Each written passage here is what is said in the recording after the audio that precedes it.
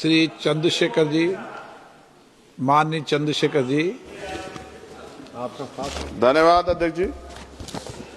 अध्यक्ष जी, मैं आजाद समाज पार्टी काशीराम की ओर से स्वास्थ्य सुरक्षा से राष्ट्रीय सुरक्षा उपकर विधेयक 2025 पे अपनी बात रख रहा हूं। यह विधेयक जितना बड़ा नाम लेकर आया है उतने ही बड़े सवाल साथ लाया है। इस बिल का उद्देश्य राष्ट्रीय सुरक्षा और लोक स्वास्थ्य को सुदृढ़ करना बताया गया है, लेकिन इसकी संरचना, प्रावधान और भाषा में भारी अस्पष्टता है। अतिशक्तियां और राजस्व वसूली की प्रवृत्ति स्पष्ट रूप से दिखाई देती है। विधेयक का उद्देश्य स्पष्ट नहीं है, नाम बड़ा और दिशा धुंधली। सरकार कहती है कि उपकर राष्ट्रीय सुरक्षा और लोक स्वास्थ्य पर व्यय को पूरा करेगा, लेकिन कौन सी राष्ट्रीय सुरक्षा परियोजना, कौन सा स्वास्थ्य कार्यक्रम, कितना फंड किस योजना को मिलेगा, किस मंत्रालय को कितना आवंटन होगा, विधेयक में एक भी ठोस उल्लेख नहीं।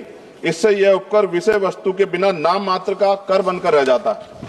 अध्यक्ष जी, विधेयक स्पष्ट कहता है कि उपकर का पैसा कंसोलिडेट फंड और ऑफ इंडिया में जमा होगा। इसका अर्थ है पैसा किसी भी सामान्य सरकारी खर्च में मोड़ा जा सकता है।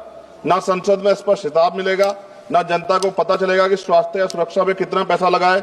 यदि पैसा कहीं भी जा सकता है तो इस उपकर का नाम स्वास्थ्य सुरक्षा क्यों? उत्पादन आधारित उपकर उद्योग पर भारी प्रहार। इस बिल में मशीनों की क्षमता और उत्पादन पर उपकर लगाया जाएगा। इतना भारी उपकर छोटे उद्योग को समाप्त करेगा, मध्यम उद्योग को अस्थिर करेगा, लाखों परिवारों की आजीविका खतरे में पड़ेगी, उत्पादकों पर अनुचित आर्थिक दबाव पड़ेगा। क्या सरकार उत्पादन और उद्यमियों को दंडित करना चाहती है बिल लाकर? क्या अधिकारियों को अत्यधिक सख्त या भ्रष्टाचार का खतरा दोगुना? विधेयक में तलाशी, जब्ती, छापे, निरीक्षण, गिरफ्तारी और सख्त ऑडिट के विशाल अधिकार संयुक्त आयुक्त स्तर के अधिकारियों को दिए गए हैं। इससे अधिक शक्तियों से दमनकारी कर वसूली बढ़ेगी, व्यवसायी भय में काम करेंगे, भ्रष्टाचार और रेंट स्कीम को बढ़ावा मिलेगा। इतिहास गवाह है, कभी अत्यधिक दमन से न अनुपालन बढ़ता, न राजस्व। अवैध छुपा हुआ भूमिगत उत्पादन बढ़ेगा। जब मशीन की क्षमता पर भारी उपकर लगाया जाएगा तो उद्योग उत्पादन छुपाएंगे, अवैध यूनिटें चलाएंगे, अंडरग्राउंड फैक्ट्रियां बढ़ेंगी, काला बाजार मजबूत होगा। और WHO के अनुसार GST सेस बढ़ने के बाद अवैध बाजार में 13,000 करोड़ तक दुगना हुआ है। क्या सरकार वही गलती दोहराना चाहती है? नशीले उत्पादों की मांग कीमत बढ़ने पर भी नहीं घटती। अध्यक्ष जी, पान मसाला जैसे उत्पाद एडिक्टिव है।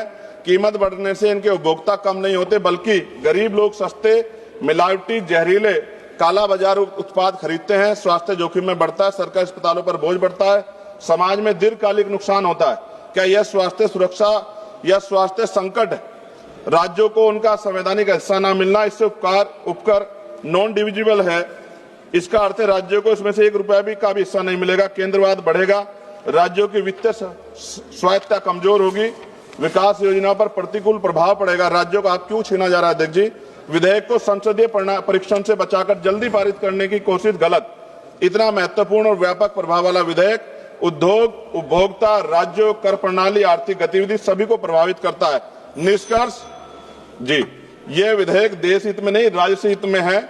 और माननीय अध्यक्ष जी, सभी तथ्यों को देखते हुए स्पष्ट है, ये विधेयक अस्पष्ट है, अनियंत्रित है, शक्तियां देता है, उद्योग विरोधी है, अवैध बाजार बढ़ाएगा, गरीबों को नुकसान पहुंचाएगा, राज्यों के अधिकार छीनता है और उपकर प्रणाली को अविश्वसनीय बनाता है। हमारी स्पष्ट मांग है, विधेयक को तत्काल प्रवर समिति स्टैंडिंग कमेटी को भेजा जाए, उपकर की दर, उपयोग और पारदर्शक ठोस प्रावधान शामिल किया जाए, कर अधिकारियों की शक्तियों को सीमित और जवाबदेह बनाया जाए, उपकर राष्ट्रीय स्वास्थ्य व राष्ट्रीय सुरक्षा पर व्यय हो, इसका कानूनी प्रावधान अनिवार्य किया जाए।